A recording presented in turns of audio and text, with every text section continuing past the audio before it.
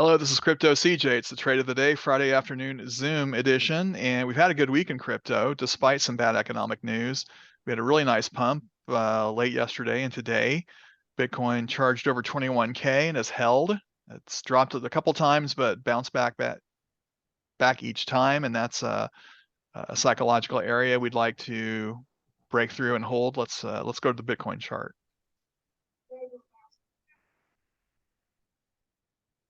Okay, folks should be seeing my Bitcoin day chart. Yes. Thank you. And I had this semi-range drawn at 20,400, but we broke through that pretty convincingly. So that's gone. Got some more resistance here around 21.5. So that might be the next hurdle to cross. And then, pretty much a straight shot. There's 22.4. A little bit more here at say 23.3, and then the top here is 24.4. So I'd love to hit that by the end of the year, if not sooner. And we do have some decoupling from the stock market, and I like that. The market was down yesterday, where a lot of the cryptos were up, and up quite a bit more than percentage-wise than those were. So anything that separates, I always think of us like we're the crypto gang, and then they're the other old time people, still dabbling in stocks and stuff. But yeah, it's all good. So very curious to see if we're going to hold this over the weekend. And then on Ethereum, had even a better move. Yeah, I had drawn in this little small range here, and it shattered that. So well over 1,600 today and holding. And most likely, see, we're 2 hours from UTC close time. We should close over 1,600, over 1,500 would be really good even for Ethereum. And on Bitcoin, if we get that even over like 20,400 to 21 would be really good closing. Yeah, we'd be well above yesterday's close of 20,100. So looking pretty good. Any questions or comments about the markets in general?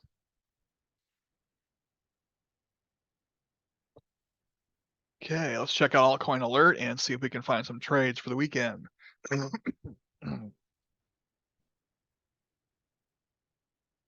I'm on the altcoin radar. Easy mode is off. I've got all the information. And I'm going to sort by AA score to start. And okay, we had something just drop out. I was looking at FTM was up over 80 all day. It looks like it just dropped out of it. Yeah, it dropped down to 77.3. Well, I had the chart up, and it's something I've been watching today, so let's go ahead and check it out since I have it up. Okay, on the 5-minute chart, looking squeezy at the moment. I should make a quick announcement. I've made some changes to my, what used to be called CJ's basic charts. Now they're called the new normal, and most of it's the same. Still got the Bollinger Bands at the same setting, the MFI, but I've added 3 different confirmation indicators: a momentum indicator, stochastic, and this is VAPI, which is a volume indicator. I haven't used this long enough to really teach it or incorporate it into my Zoom, but I wanted you to be aware that since it looks a little different, I'm going to go ahead and leave that on. We focus mostly on the MFI, SuperTrend and Divergence in the last couple of months anyway, so it doesn't really change that, but I Hey, wanted to CJ. make you aware because I knew Nathan would ask me about this. All right. No, I just what on the stochastic? Mm-hmm. Which one is that? Just the stochastic. You can get a stochastic RSI if you want, but it's supposed to focus on cycles. I've got a pretty sensitive setting right now that I'm testing, so again, it's not something I'm necessarily encouraging yet, but it's something I want to check out. I want to have different kinds of indicators as confirmation. One thing So that's good about the stochastic is that it, as far as, the crossing on the MACD, the signal crossing on the MACD happens sooner on the stochastic. that's true. Stochastic has, I saw one of the members, Patrick, sent me a video I was looking at, and this gentleman whose name escapes me at the moment said stochastic had predictive abilities that most indicators don't have. That really caught my attention. So that's why I decided to replace the RSI with the stochastic. Since the RSI and MFI are fairly similar, it's good to have confirmation from different types of indicators. So that was my reasoning on that. We'll see if it works on these various time frames. I like the stochastic for scalping. I use it for that purpose and have for a while, but I haven't really used it, in my 5-minute to 15-minute, 30-minute type setups. So we'll see. At some point, you're going to have to explain how you use that for scalping. I'm very interested in hearing about it. Okay. When I feel like I've got some sustained success with it, then I'll definitely talk about it. Until then, it's experimental. All right, let's get back to FTM, and we don't really have a good entry now. I've also added, I think this is kind of busy, but this is the support and resistance with breaks by Lux Algo. It's supposed to show support and resistance. I like to just eyeball it and mark my own support and resistance, but I put this on for you guys. So this is something, if you struggle with the concept, you might want to download this onto your chart, support and resistance with breaks, Lux Algo. So anyway, turn that off for the moment. I'm seeing support right about here at 26.8 cents. Again here at about 27. So right about 27 would be a good, potentially good entry. We're at 27.4 now. Maybe you want to go lower. You're at 26.4. And again, down here, it's just under 26. So there's a potential price alerts, something like this. Price alert 26.7. And call it whatever you want, AA score. And a price alert, you can only use the only once option. So as you guys know, I prefer indicator alerts on the 15-minute chart. So let's go over there. A couple options here would be the MFI. If it dips below 20 and starts to come back up, that's interesting to me. Looks like we just missed it here. This came down to about 22.5 before this big move. So had you use, say, a 25 value on your alert, crossing up, 25, once per bar close, AA score. And that's how you would do that. So yeah, there it is. So that alert shows up there. And it would have snagged that dip here, and then that big move up. That would have been pretty sweet. If you missed that one, you could have caught this one. That was a little more of a roller coaster though. Down 8%, probably would have ladder bought around there, and then gotten out around here. First position breaks even. Second position makes about 7%. If you don't ladder buy, you could have just held it and still had a pretty good trade. Okay, so that's one approach. Okay. A question? Sure, go ahead, Mark. Question. Where on the MFI, a couple of places you said of entry are not below the 25. So if it's close, do you try to bounce it off another indicator? And if the other indicator gives a go single, would you take it? Sure. I'd also go over to the 5 and see what's happening over there, see if I'm in a dip sequence or not. So But that's hard to do, you know, in this setting, is to go from the 15 to 5 back and forth. It gets confusing. So, but yeah, and then another way to do that, like you said, use other, you know, other sources for confirmation, which is why I've added these. So theoretically, let's use this example here since that was such a good result.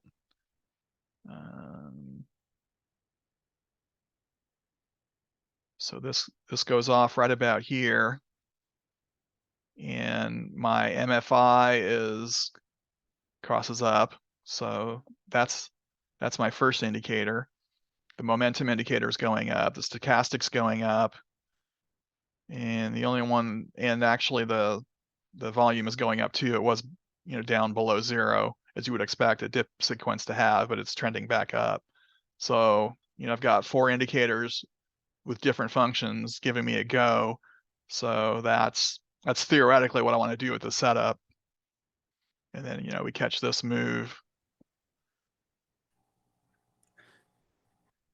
Would you mind jumping over at the same time on the 5-minute so we can see what it looks like, or might look like?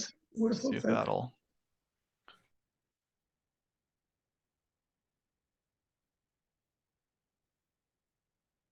Yeah, so in this scenario, it does dip below the Bollinger Band, though it's kind of an odd formation. It's not obviously not the kind of dip sequence we're really looking for, but does dip and then trends back up. So it's kind of a dead cat bounce situation. But again, all the indicators are with us. So yeah, I probably would have taken that trade. You know, I do like the 1, 2, 3 dip. It's the go-to, but I'm not all that, you know, bound to it if there's something, you know, if other indicators are with me, you know, like this scenario. But it's easy to look back and say, oh yeah, I would have done that. So, you know, what was I doing on Wednesday at 1:45 p.m.? Not sure. It's probably here. All right. Let's see.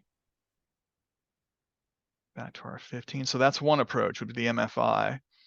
We've also talked about divergence, where the indicators and the price action disagree. And the bearish divergences. Oh, this one did really poorly because it had the big pump here.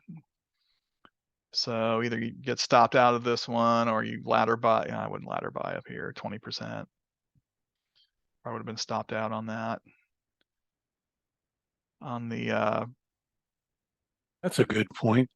I'd like to ask, when do you, I mean, as far as stopping out or ladder buying, you know, I mean, how do you know, or do you just set a rule for yourself that, okay, I'm not ladder buying below or above a certain point, or? yeah, it's funny you bring that up because I've been struggling with it, you know, for a while.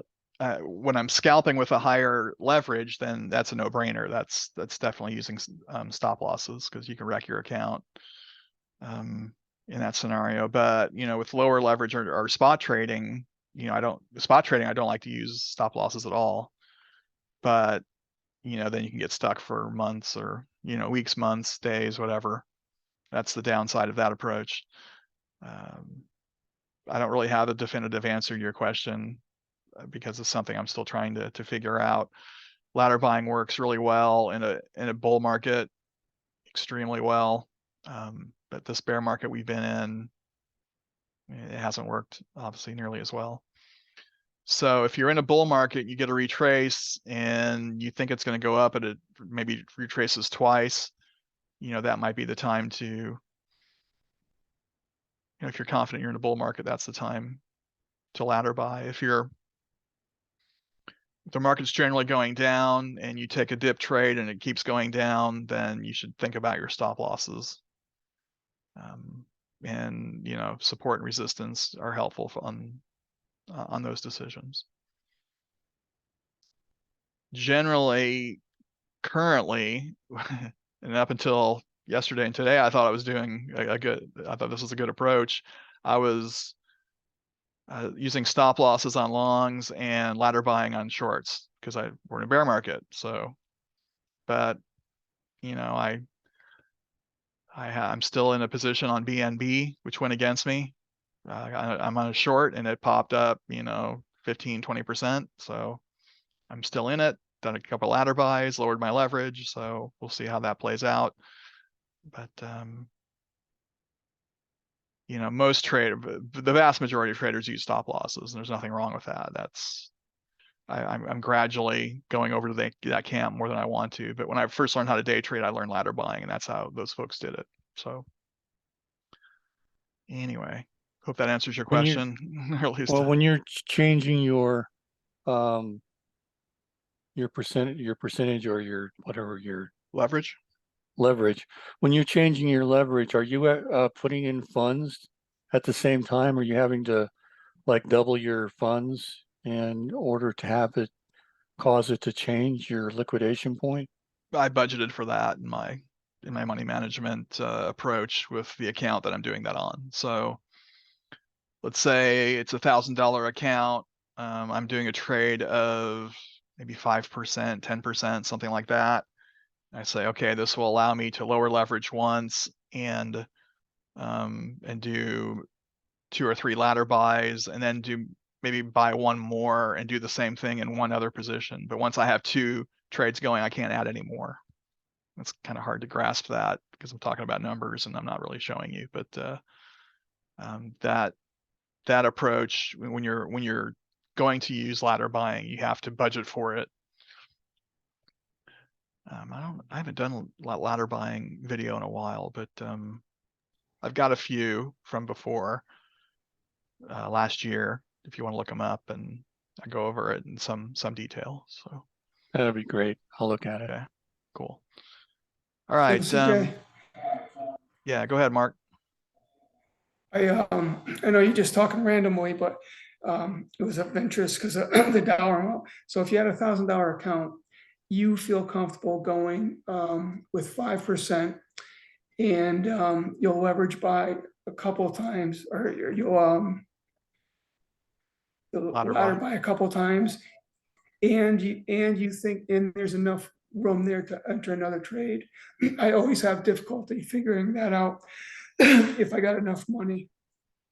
Yeah, and on the other trade, I might take a long, and then I'm gonna use I did that today on the same account I had the BNB trade in that I just described. I took a MATIC long because that was pumping, and a situation came up that I liked, and I used a stop loss in that, so I know that limits my risk. And fortunately, that ended up being a pretty good trade on that one. But yeah, those are the kind of things you have to think about when when you're managing your money. Some traders are super conservative. They use 1 or 2% only. I think that's too conservative, but hey, I've been called a cowboy more than once. So, all right, that help out, Mark? Yes, it did. Thank you. All right, good. It's that Rio Okay. Grande influence. Yeah. Let's see, Phantom, Divergence. Okay, so this bearish divergence did pretty well. Most of the bullish ones did. The recent ones have. Let's say this one did go down for a while, down about 4%, and then that big move up. So I think a bullish divergence would be maybe eat both directions. Do one here on negative. Well, I clicked on a green one, so positive on that one. That's an AA score, I believe. Then you can do the same one on on the negative. So that's how you do that on your divergence alert. And then we've also been talking about the super trend. And this was kind of a choppy mess, but these 2 buys did really well. This sell did okay.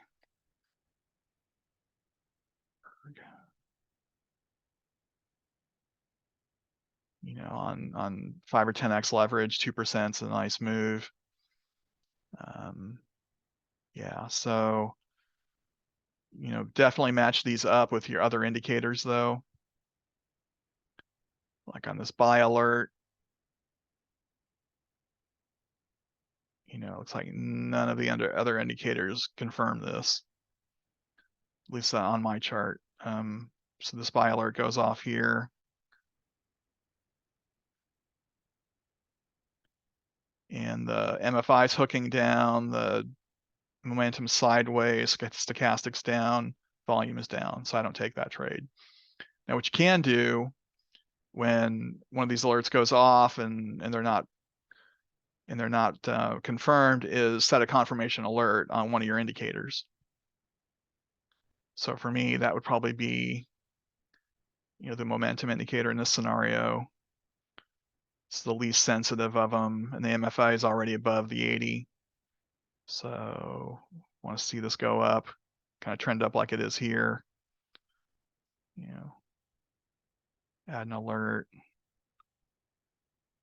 Say crossing up. The 0.013. And I call that a confirmation alert. So when that one goes off, I reevaluate. So, okay, I think that about covers Phantom. Any questions on this before we look at another one? I have a question that's overall in general, and that has to do with 15-minute, 5-minute, 1 minute. You can look at least what I've noticed is that I can look at the 15-minute, 5-minute, 1 minute, and I can actually see the trend of where things are going. Because the smaller and smaller time frame is closer and closer to now. But my question has to do with when I'm looking at, taking a buy or something like that at 15 minutes. I mean, I can understand setting an alert, but then when I come back and look at it, shouldn't I be looking at the 5 and 1 minute, or is it just a totally separate world unto itself, each one of those different time frames? No, it's a good idea to go to the 5. I don't usually look at the 1. Though I do trade 1 minute charts on something that's not crypto, but yeah, looking at the 5 is encouraged. It's just annoying for me to go back to the 15 and the 5 all the time when I'm, on the Zoom. But yeah, I do that in my trading. So I do pretty much what you're talking about, CJ, but I do, when I'm actually making the entry, I tend to go to the 1 because you can see the micro movements and you might be able to get it, watch it go down a little bit that the 5 minutes not going to show, and get it at a slightly better place. I'll keep that in mind. I'm not above learning something new, so that's a good idea. I'm like using to the do that MACD a also. lot. Sorry, go ahead. No, Mark, go ahead. I was just saying I do that a lot with the 1 minute as verification, or while I'm looking at the 5 minute. And just remember the MACD is more of a lagging indicator than the stochastic. Yeah, that's why I and got rid of it. like, it's too slow. I But like some looking at people the like it. MACD in the 5, 15, 5, and 1, as well as the stochastic, because it just to see those points of signal crossing. Yeah, and I've got custom settings on these two. So, but I'm glad you guys are talking about what you do for your confirmation, indicators. So yeah, keep that up. It's good stuff. Okay, anything else on Phantom? All right, let's see what else we have. Okay, Ren came up earlier too. Bullish all over the place, up 10% today. Yeah, I've got that one up here. I was looking at that earlier.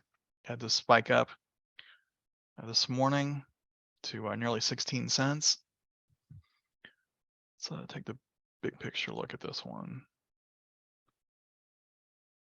All right, so its high in March is 52 cents. So it's got plenty of room to retrace. On the hour, yeah, that big spike, it came, yeah, it's a huge move. 34% in 2 days. At the moment, kind of drifting down. Pretty large distance between the Bollinger Bands here. So that's something to keep in mind. It's not in a dip sequence. It did dip a little bit, but never drop below the Bollinger Band, and then kind of going sideways from there. Not thrilled with this setup at the moment. Rather catch it down here where the support is, around 13 cents. So that's where I'd be looking to get into it on a price alert. It's at 13.8 now. On the 15-minute chart for our confirmation or our divergence alert, divergence confirmation. Indicator alerts, that's what I mean to say. On the MFI, quite a few dips down in the 20 zone. Most of them did pretty well. This one here on Wednesday afternoon shot up nicely, 6.5%. This one here, 2.5 there. And then eventually double digits. Could have gotten in there too at about 1 o'clock, same result. And I could have caught that big move had you gotten in here at 3:15 in the morning. And then we have a dip earlier today, starting to come back up a little bit at the moment. So the MFI is doing pretty well. On the divergence, the bearish one's not so good, but the bullish ones have done well, at least the last 3. And another one triggered a couple hours ago, but it's gone sideways since. So that's interesting. Just when you remember, the divergence is like it sounds, it's a contrarian alert. So usually the indicators are not going to be supportive when it goes off. Like here's an example on this one. So this is where you'll need to send set a secondary alert. Like this CCI divergence went off, MFI is trending down, momentum's going up. Stochastics crossed. And volume's down. So usually you set an alert for something to come back, either on your MFI volume or stochastic. I don't think I've tried alerts on this volume VAPI yet, but I assume you could do that as well. Yeah, crossing up value, that'd be easy enough to do. All right, and I don't need that anymore. On SuperTrend,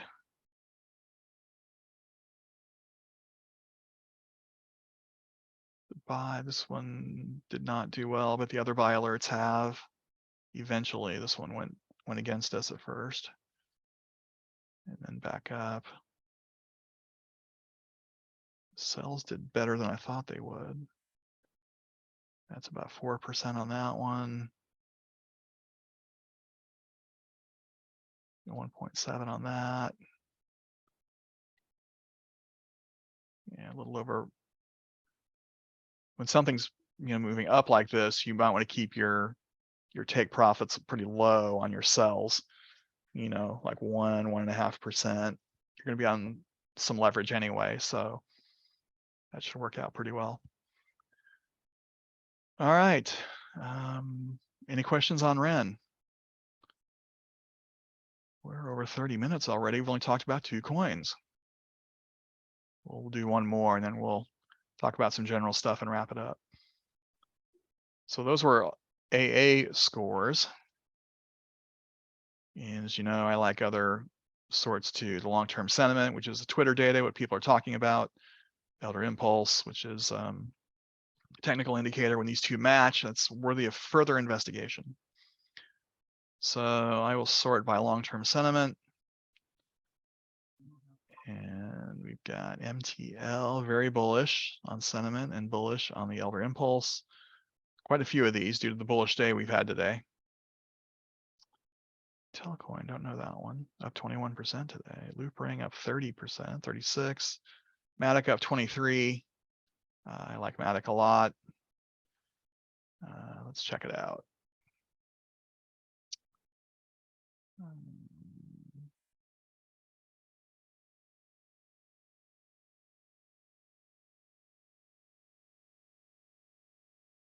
Okay.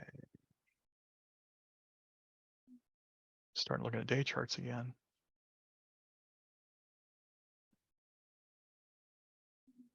Yeah, MATIC was over $1 most of the year.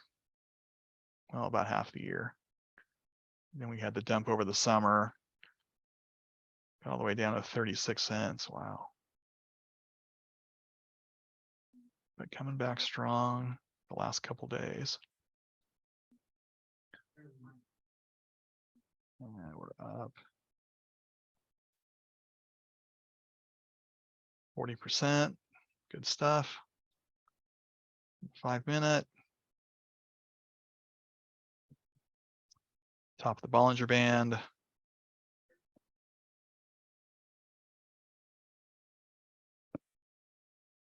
Pretty strong support here. Well, strong as support can be on a 5-minute chart.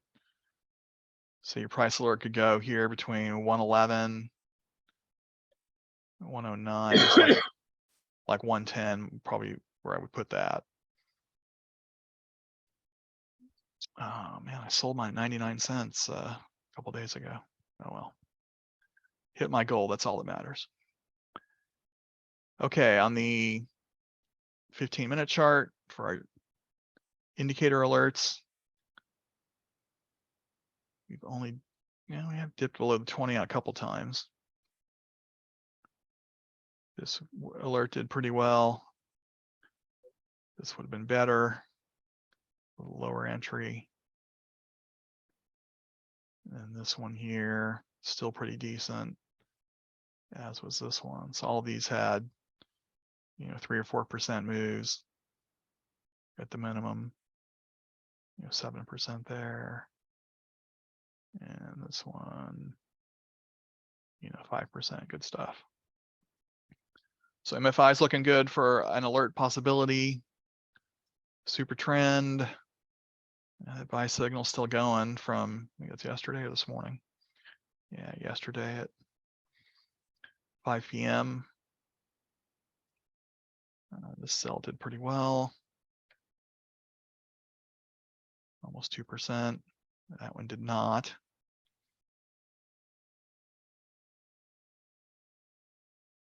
Let's see what I've taken this one or not. Let's check it out.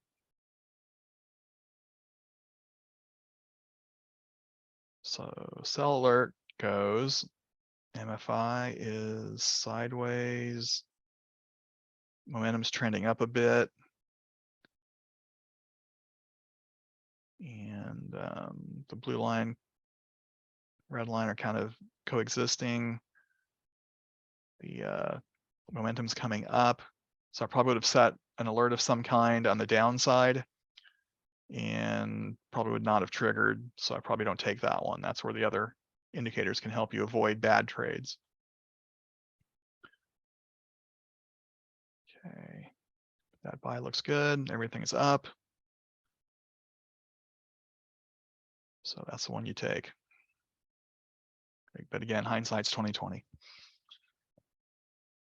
And let's see, do we look at divergence? I don't think we did.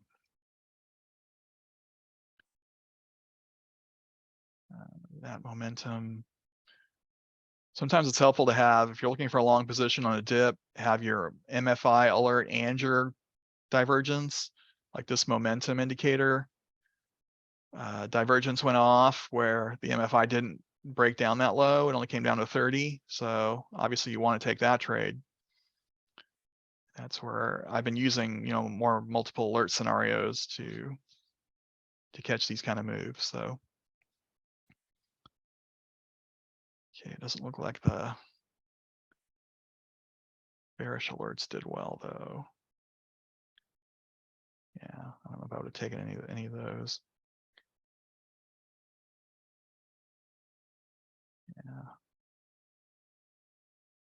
Yeah, 3%, not bad. All right.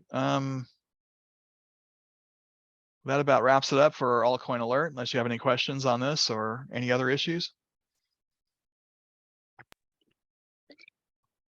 Yes, CJ, could I just ask you about shorting? And I haven't done any yet, but I'm on KuCoin, and can you tell me just a little bit of suggestions of where to start, you know, and what percentages to use, and what do they charge for your fees, your interest on shorting?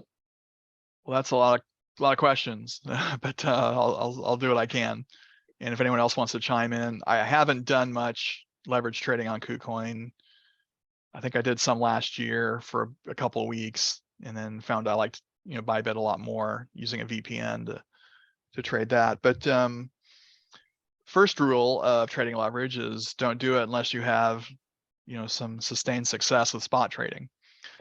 That was easy to say when we were in a bull market, but now that we're in a bear market, you know, despite our recent move up, I do think there's some value in learning how to, you know, to trade and make money when something goes down.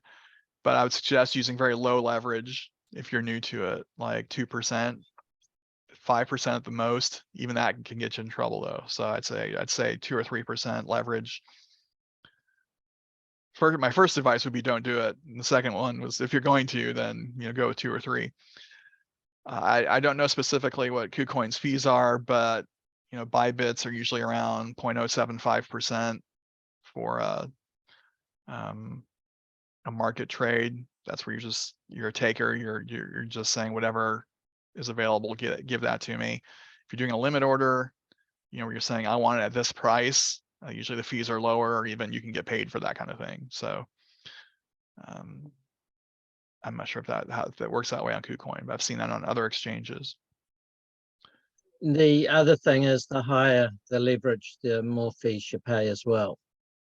Correct, because you're borrowing more money. So yeah, so yeah, there is that factor in there as well.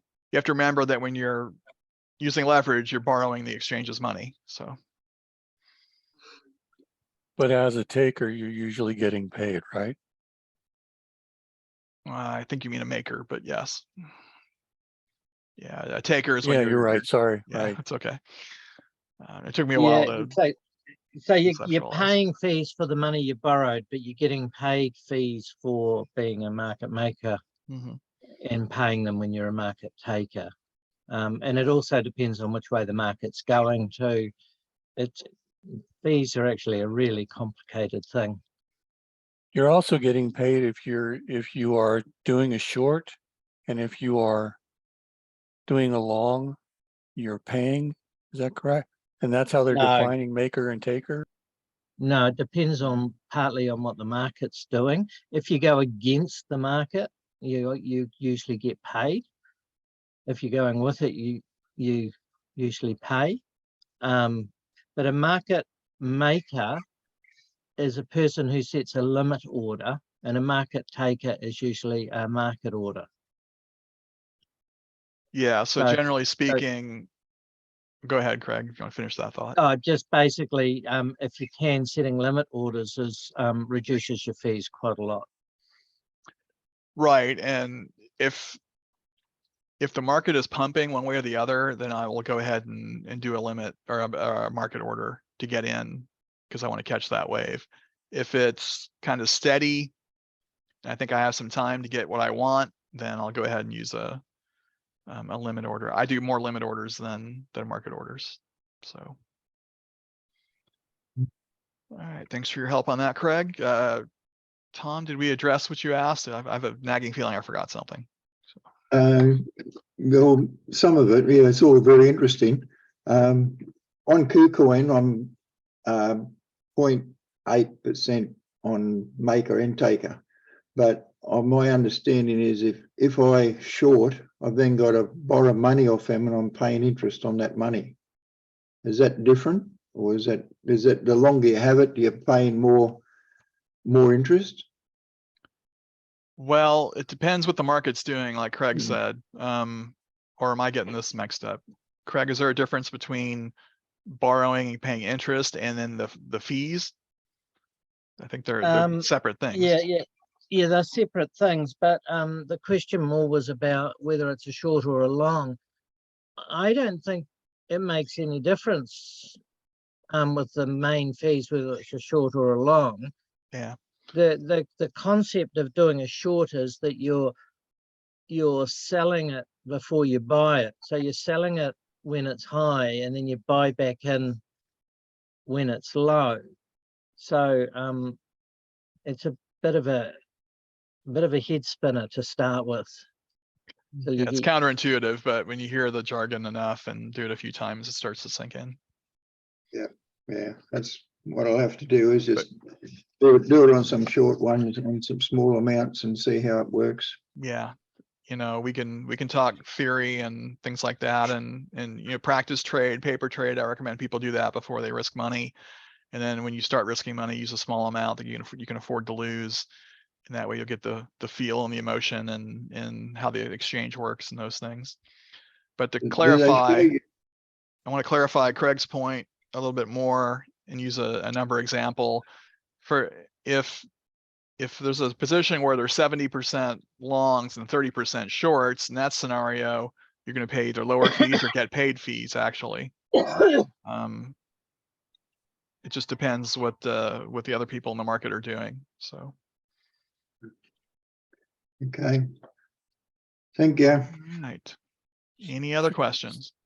Well, as far as, since he's talking about KuCoin to me is kind of confusing. I mean, it's are cumbersome, you know, whereas Bybit, you just kind of, you know, call it up and call up your, you know, the position you want to make and you make it all there on one screen. It's like, I'm not sure how KuCoin works. I got kind of confused and got out of there. You know. Yeah, I agree. I didn't use KuCoin enough to really comment extremely intelligently about it, but I did find Bybit was a lot easier to use. So, or maybe it was Binance at the time. They were both pretty similar. But I prefer KuCoin for spot trading. But okay, anything else? Well, I will stop it here. A time change announcement for those of you who attend my Monday night Zooms. I'm going to move that to 4 p.m. Pacific starting Monday. Arizona doesn't observe daylight savings time, so that would be 6 p.m. for me, because I'll be on Mountain Time starting with the time change on Monday the 6th or Sunday the 6th.